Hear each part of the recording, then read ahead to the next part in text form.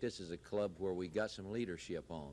You know, we've had a lot of rah-rah stuff since we've been here, talk and no do, or talk and not get done when you're doing.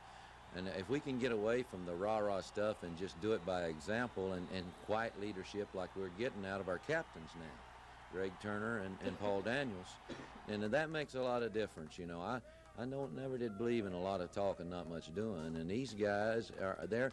Every once in a while they get carried away, but now they're doing it with a quiet type of confidence, and you know, I don't understand it. I don't think we did it. I think they did it themselves.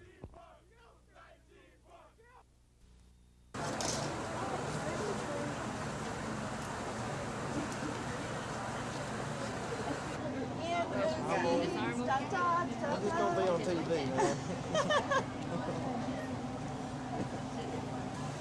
Would you hold this for me? Over you, bro. That's fine. You have really nice face. What's your leg?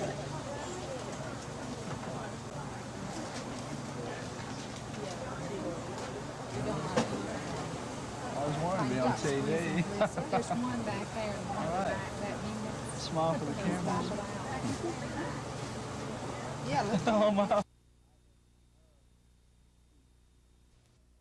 I think American troops and France soldiers being there are a magnet for the certain Shiite groups that follow the Ayatollah Khomeini, the Iranian ruler. They are mad at France, they're mad at the United States. They get pleasure out of killing Americans. They put notches on their guns. They want to have some sort of trophies as a result of it.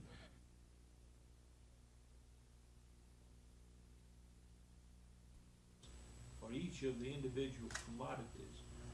And I think it's wise for me to, I'm interested in returning when the new president comes aboard, sort of lay plans for the farm bills that will otherwise. Overall, I think the Southeast, with the air controller strike that occurred, there is a need for a continuing supply and a reserve supply of these people that are coming on, and there is a need for it. We took from not only civilian but military. There is a continuing need for support personnel in aviation that deals with this. Get started. Good.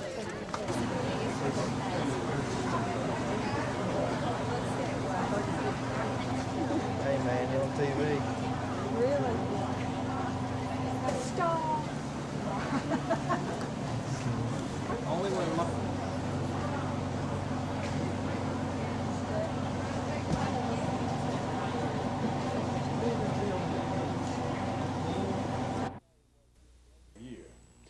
Governor, what would you say was your greatest accomplishment in your first year back in office? I think that the fact that we were able to keep Medicaid going, that we were able to come out of proration, that is, every agency of state government was cut 10%, and we finally restored that 10% and got back sort of even in that regards. And I don't know what you would call the greatest achievement, but I think the fact that Fairfield Steelworks with 3,000 new employees coming back on the line, that we got to go back to negotiating. I think the fact that we settled the argument between the power company and Scott Paper, and they then announced a $300 million mill that's going to employ 1,400 more people, plus several hundred in building the plant. The International Paper Company announced the other day a $300 million expenditure for next year in reconditioning their plant in Mobile. I think all that was very successful. On the other hand, what may have been your greatest disappointment? What didn't happen that you would like to have seen happen? The greatest disappointment was the federal judge ordering the legislature to run again, which put us so far behind. And my disappointment also has been that the federal courts of this state and the part of them of this state and of the country have taken the position, no matter of prisoners, that the general populace's rights are subordinate to those of those who commit heinous crimes. And now they're talking about the possibility of release on the 15th of March of so many prisoners unless we get down to so many per square feet. In other words, there's no way in the world for this state or any other state to build a number of prisons to take to house them under so-called federal requirements. And in my judgment, I think the failure of the federal court system to recognize the rights of the general populace, that is the victim's rights, ahead of the one who commits the crime, has been a very serious blow to the average American safety and average Alabamian safety.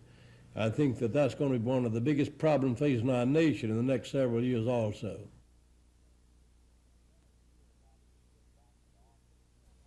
It's been a year now that you've been back into office again. How do you feel about your first year in office?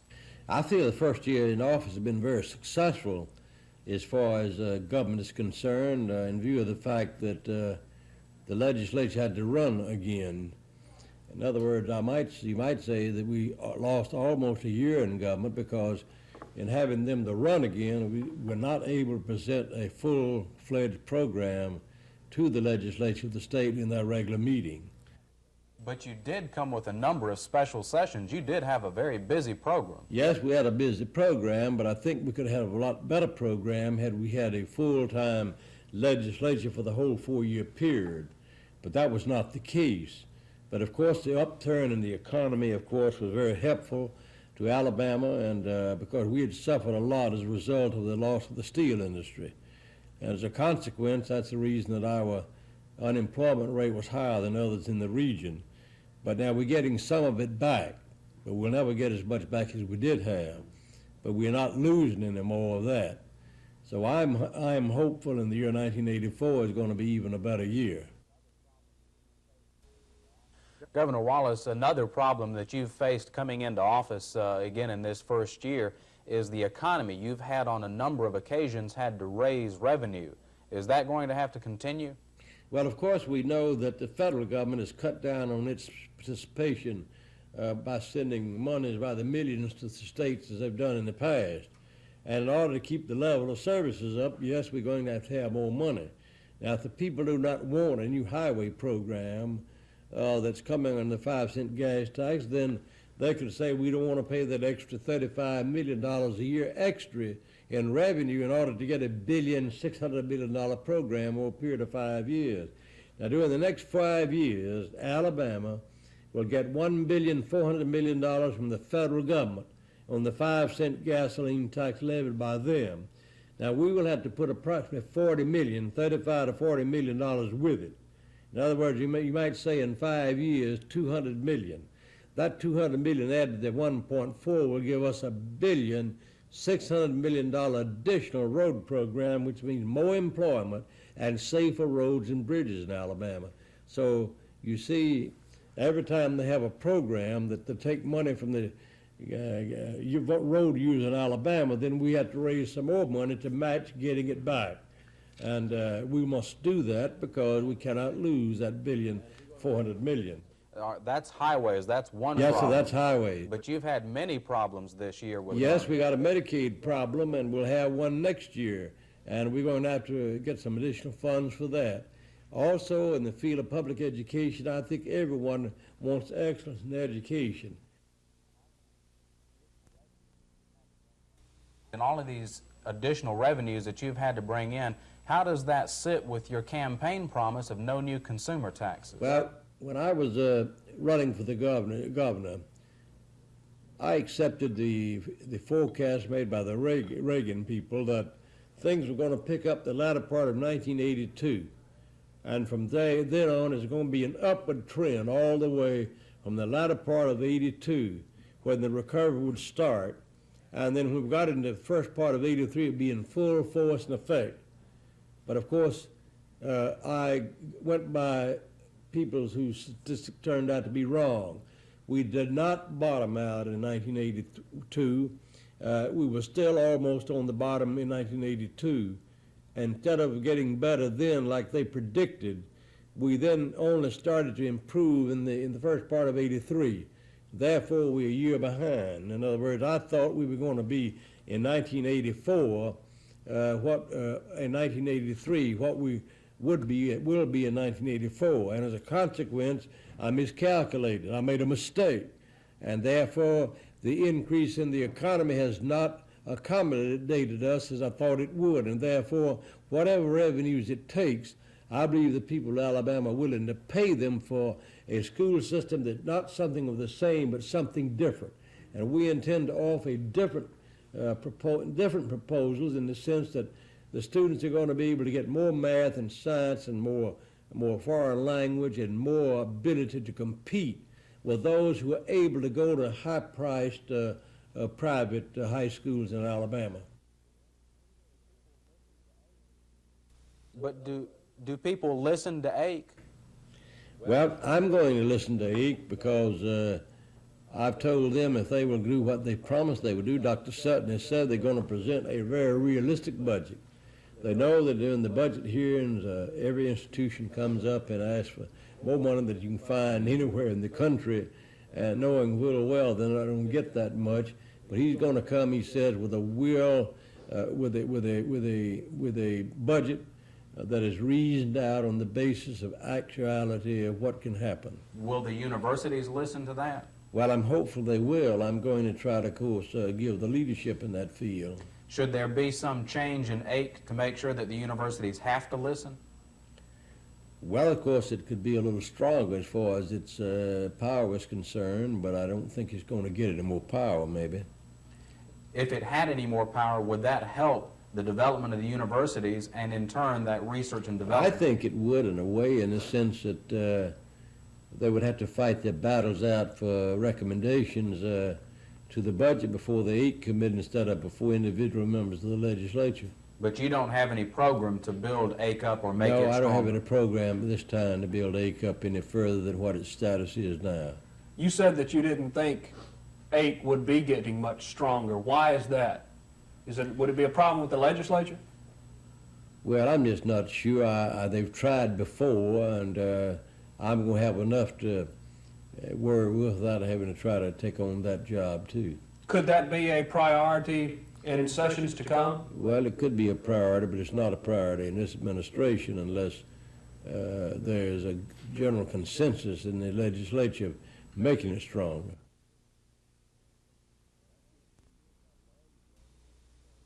And I think the reason we got along together was because that all of us realized there was no partisanship involved in problems in Alabama, that whether it was a Republican or anti-Wallace or pro-Wallace, we still had to look after the elderly and the blind and educate our children, have a highway program, and have government to move on. And as a consequence, they looked to the governor's office for leadership, and I looked to them for advice.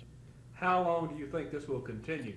I think it will continue because I can see no reason why there may be some legislation that philosophically some people may disagree with the governor. In the general, they may disagree with the way that we go at trying to solve the problems. Well, if they do, then they can come up with a program of their own. And if they do, then the solution to the problem is the main thing I'm thinking about, not necessarily the way in which it is solved.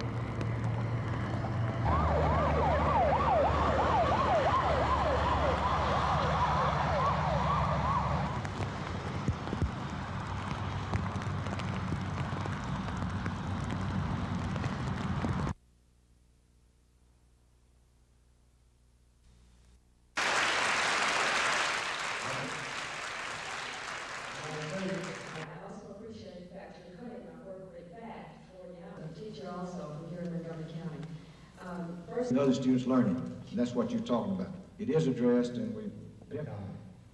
Three. I have not heard anything because there are combination classes in Alabama. Again, individual school systems where I understand address the problem combination. A 4-year program, of which 3 were elected. Or make their parents shape them up. This is. In the beginning, that part of our plan could very well be misunderstood. I agree with everything. It's the kind of thing that takes a long time to explain.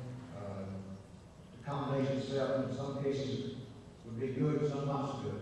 But that's a matter that we cannot address at state board level. That's why I say local level.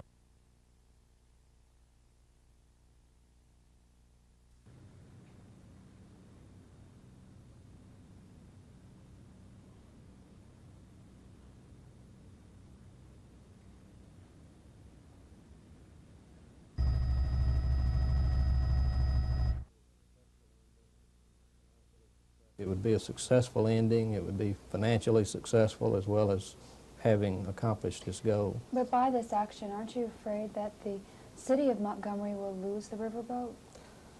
Well, we're not afraid of that, but there's that possibility, but we would prefer that we sell the boat locally. And there has been some interest indicated locally.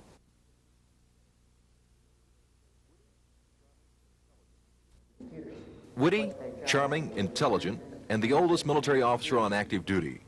Commodore Grace Hopper has been called many things over the past 76 years, but probably the best description of her is the foremost computer authority in the world.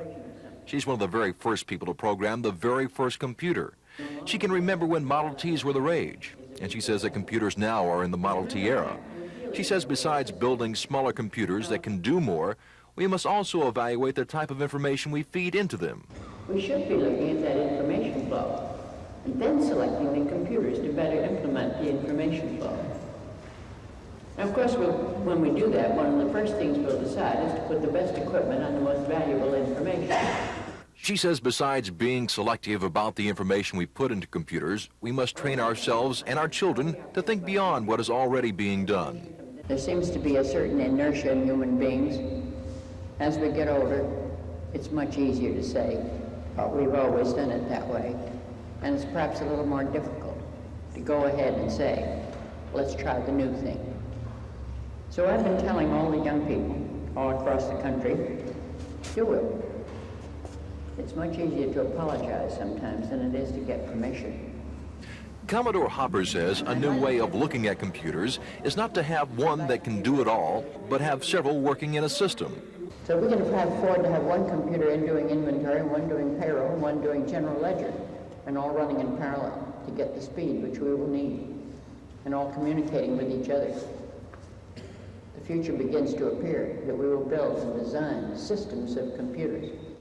And she says the true challenge is to train people that will design and operate the computer systems of the future. Don Phelps on the Military Beat. What their job should be assigned to them in a system of computers.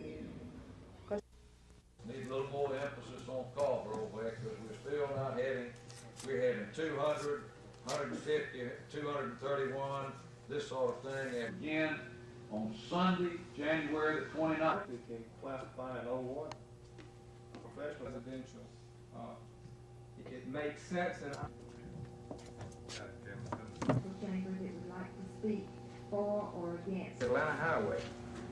The second part would be the fact that you can't understand a developer jumping from R100 to B2. There's got to be an in-between. I ran for governor, got leave, and started a law practice. And when I first, and I came out of office. Here in Montgomery prepared a brief, and I believe that they... He was employed by the AEA on this thing. I think what the public doesn't sometimes understand is somebody hiring me as a lawyer doesn't mean that I'm going to do what they want as a legislator or as lieutenant governor. If AEA could get me to do what they wanted by hiring me in a lawsuit, then I wouldn't be John Glenn's campaign manager when AEA is very strong for Mondale. This was the first time Lieutenant Governor Baxley had appeared before the commission since the ethics question came up last year. The commission was asked to decide if the Lieutenant Governor was violating the ethics law by representing the Alabama Education Association in defending state law that automatically deducts contributions from teachers' paychecks to the AEA's political superfund. The commission unanimously approved an opinion that clears Mr. Baxley of any conflict of interest. I wouldn't have taken the case if I felt like it was illegal. I did a real in-depth study of what was legal and what was not legal for a lawyer to do before I ran for lieutenant governor. I think what the public doesn't sometimes understand is somebody hiring me as a lawyer doesn't mean that I'm going to do what they want as a legislator or as lieutenant governor. The commission also plans to press for the removal of Dr. Evelyn Pratt from the State Board of Education as long as she serves as a school principal. The commission is asking Attorney General Charles Graddick to begin a process to remove Ms. Pratt from office. An earlier court suit was thrown out when a circuit judge decided he didn't have jurisdiction. Dennis Latham, WSFA TV News.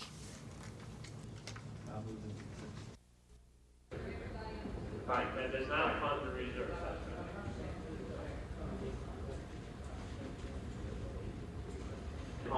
Would you explain to the committee what you mean when you say unfunded reserves? 10 or 15 or 20 years, and let's say the building has a 50-year life expectancy like most of these do, and some of these obviously are older, the state... How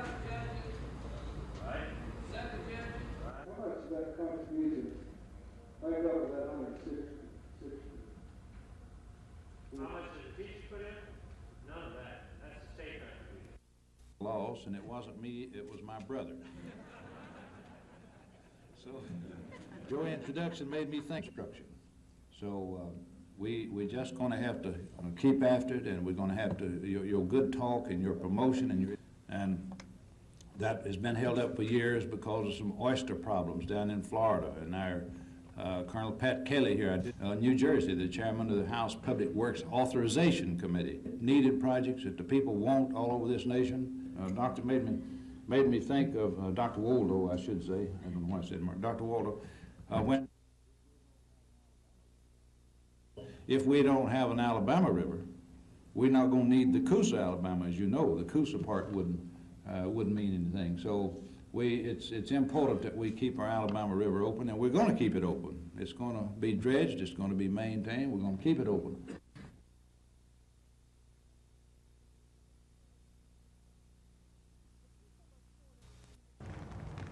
The people of Shorter seem to sense their way of life is about to change because the Macon County dog track is moving in next door. Yeah, Shorter will change, and it will be better around here.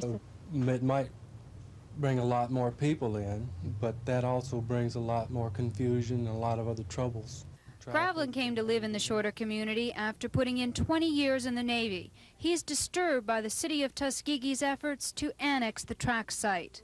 I don't think a lot of the people around here really wanted the racetrack in the first place. We were forced into it, and now they're trying to push the rest down our throat, too. We won't realize anything out of the money if it goes to Tuskegee. Ourselves, the people in Shorter won't.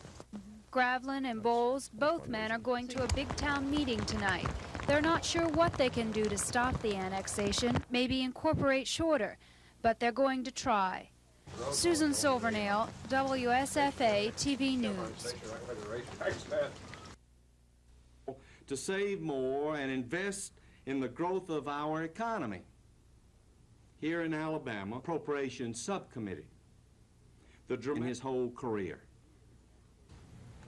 In the 2 years that I served in Congress, I voted for steps to reduce inflation. As I mentioned earlier, inflation came down from 12.3% to 3+%. I voted against increase in taxes, even in one case in opposition to the president in August of 1982. I believe that people need to be able to keep their money and invest it, and when that money is invested, then it creates jobs, and so we can put people back to work.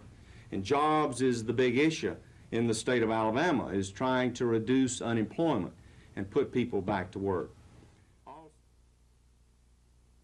the increase in government government spending. It was growing at the rate of 17% a year, and now it's around 7% a year, so that the prime interest rate has come down from 20 recovery, and therefore a vote against the future of Alabama.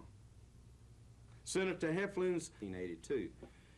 Number 4, Ronald Reagan's popularity was. My support will come from rank and file union members who think for themselves and who are for seniority and oppose a quota system. My support will come from lawyers who are principled people, more interested in principle than in power, who are interested in helping people rather than controlling them. My support will come from teachers who appreciate the president's push to restore discipline and achievement in our schools.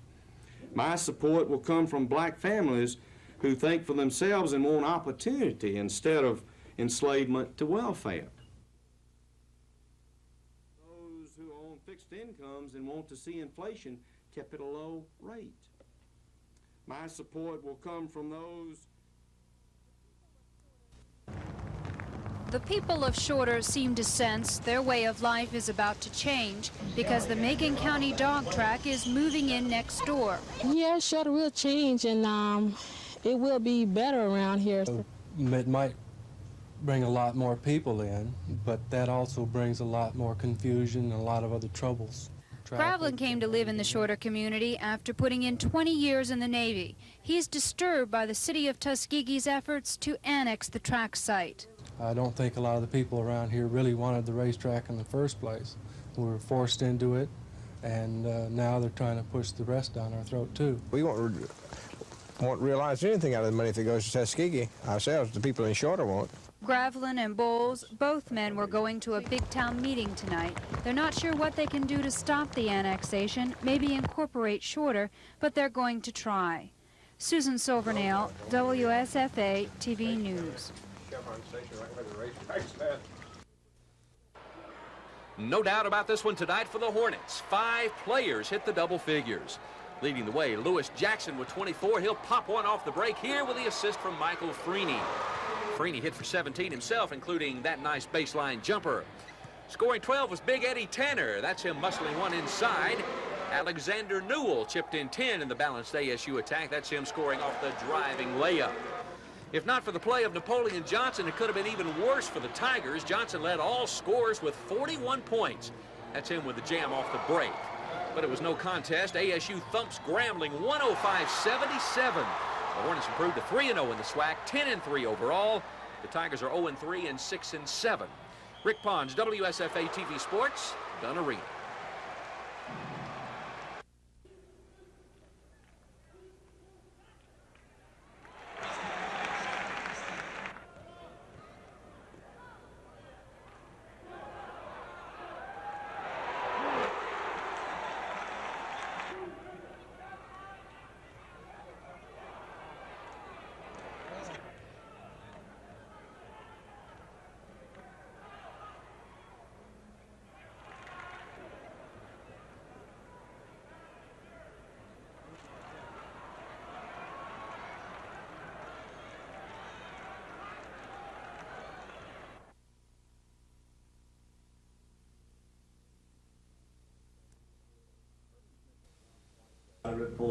Revenue Commissioner James White says Alabama doesn't have the IRS's reputation for being tough in tax collections, but now he has a warning. Our tax law is almost a carbon copy of the federal tax statute, except that we probably can get at them a little quicker. But before Commissioner White starts throwing this new book of tax laws at the estimated 50 to 75,000 people who don't pay state taxes, he's offering amnesty for confessing. No prosecution will be instituted by the Revenue Department with regard to the criminal statutes that now exist in Alabama. This is a one-time only. It's a 10-week period. The last date for receiving amnesty is April 1st, 1984.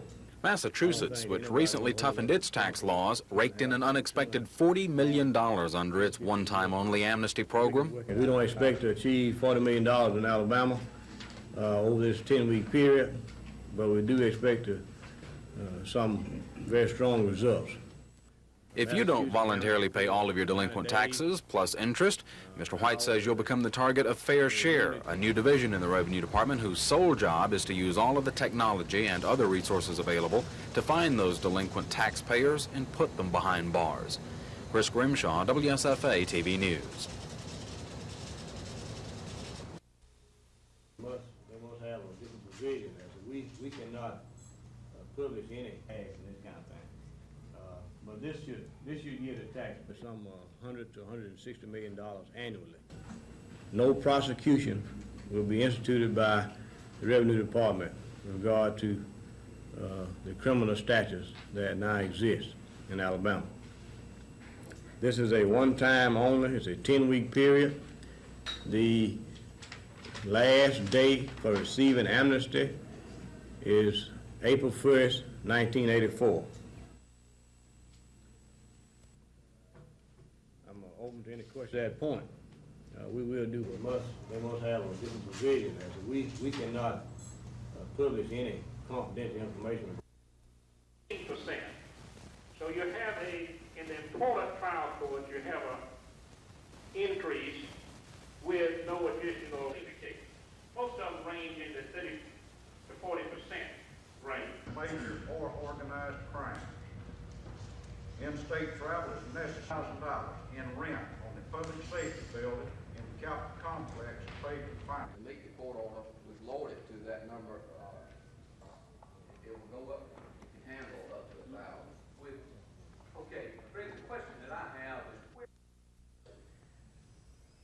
and you can correct me if I'm wrong, but it appears to me that two parts of the court order that are the most. Not the decreases. Then the cost per inmate is going to rise. An implementation committee, and the way we cut the number was originally in Judge Frank Johnson's program. We talked to the state of Georgia this morning, and I think they have about 7. Continue on, so you just my next question. I may be confused here, but federal and local funds, $40,017.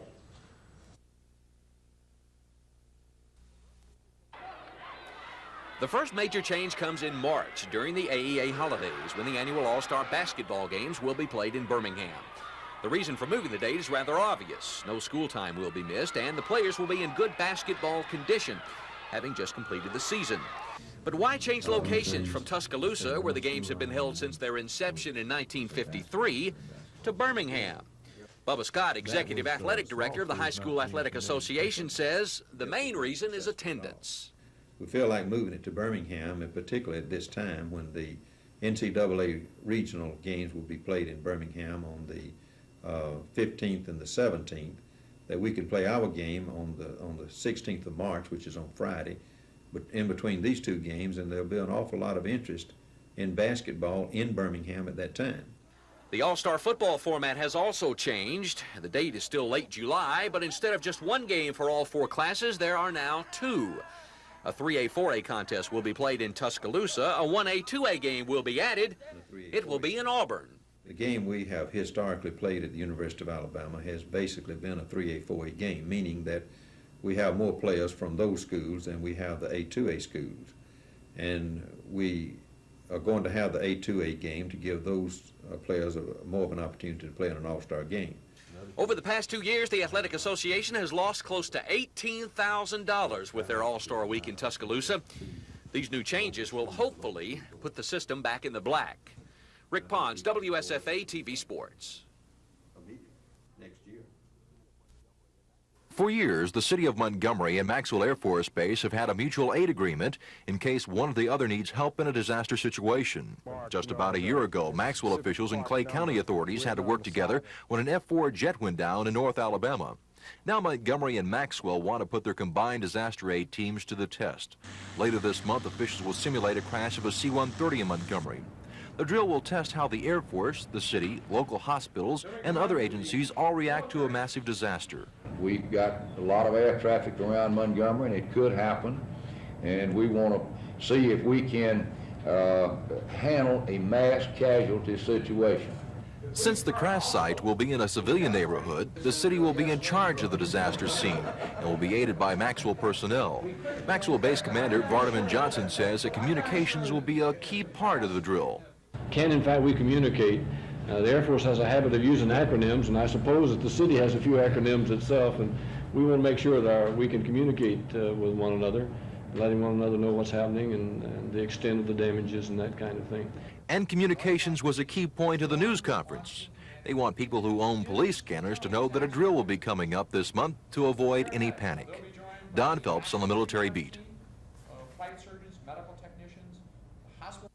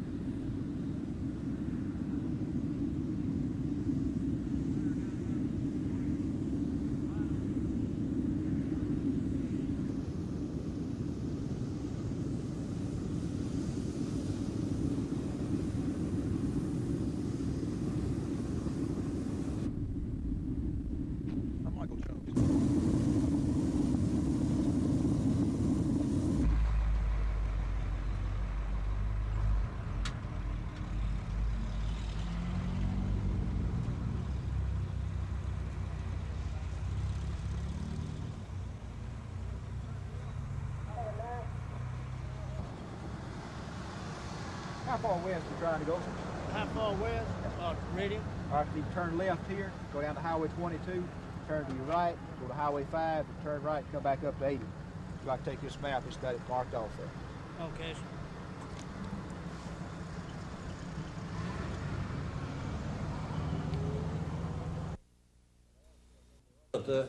And also a number of other people from Prattville, Alabama. So other cities throughout the state gets involved in this, so we can bring some good A fine job all the way, and I'll stand by it. Governor, I just appreciate and for the. Thank you very much. We had Brother Newton here. Brother Newton didn't make it. He was supposed to.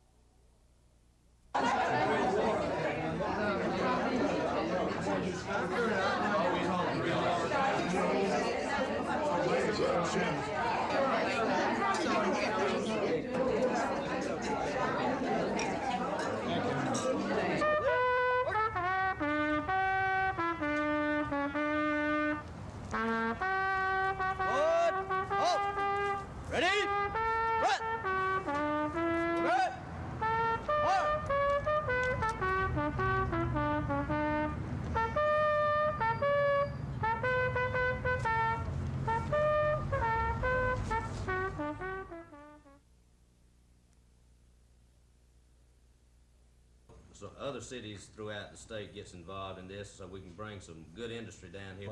Prattville, Alabama. So, Mayor Price, I'm happy to present this to you on the part of the governor and on the part of the Alabama Development Office. As a city prepared for industrial development I just appreciate this. Good to see you. Good to see you. Thank you very much. We had Brother Newton here. Brother Newton didn't make it. He was supposed to.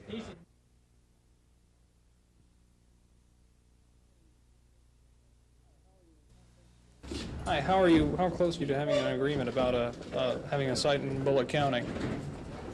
I have no comment at the time, sir. Yeah, okay.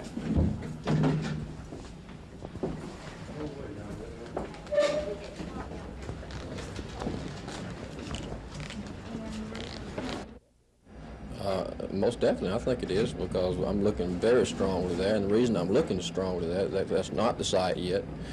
But the reason I'm certainly looking there is because we bought property there and used taxpayers' funds to pay for the property. Then we went even further. We used taxpayers' funds to do site preparation there. And so certainly if we could get that property given back to us, we'd look very strongly there. Bullock County officials were at the prison commissioner's office this morning, reportedly trying to work out details for starting prison construction near Union Springs. The meeting lasted only a few minutes, and the head of the Bullock County Commission had nothing to say about what was accomplished. I have no comment at the time, sir.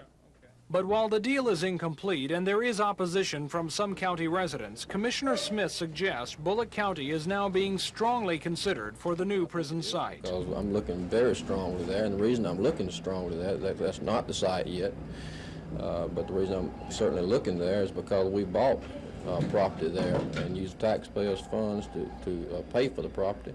Then we went even further. We used taxpayers' funds to do site preparation there. And so certainly if we could get that property given back to us, we'd look very strongly there. So how soon will the new prison site be officially announced? The prison commissioner will only say he hopes very soon. Tom Foreman, WSFA TV News at the Department of Corrections. Okay.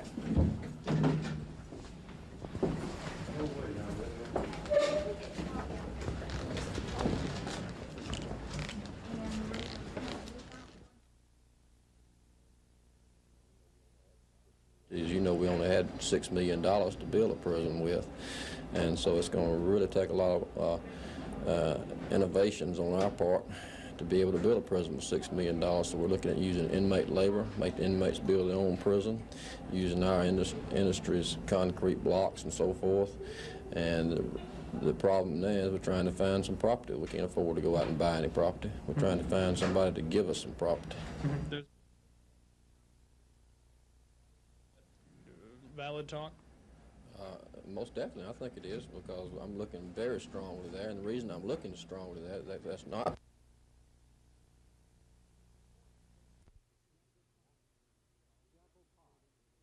Apple pie. The officials told him it is symbolic of their hopes local governments will get their fair share of the federal pie. He promised they will. You can count on us to be sensitive to current obligations. I continue to support general revenue sharing and will oppose any changes. Later at the White House, the president kicked off Hispanic Heritage Week in an East Room ceremony attended by about 150 people. He announced he's nominating Catherine Ortega of California to be the next U.S. Treasurer. Among other things, she was president and director of the Santa Ana Bank. She was the first woman president of a California bank. So you can see that she's being nominated not just because she is Hispanic, but because she is highly qualified. Ms. Ortega also is a certified public accountant and a former member of the Advisory Committee on Small and Minority Business Ownership. In this great country of ours, it is still possible to achieve upward mobility and success through our economic, social, and political systems. This was the first of a half-dozen events involving Hispanics scheduled this week, as President Reagan openly courts the nation's fastest-growing minority voting bloc, one that aides say he needs to win a second term. David Rush, NBC News at the White House.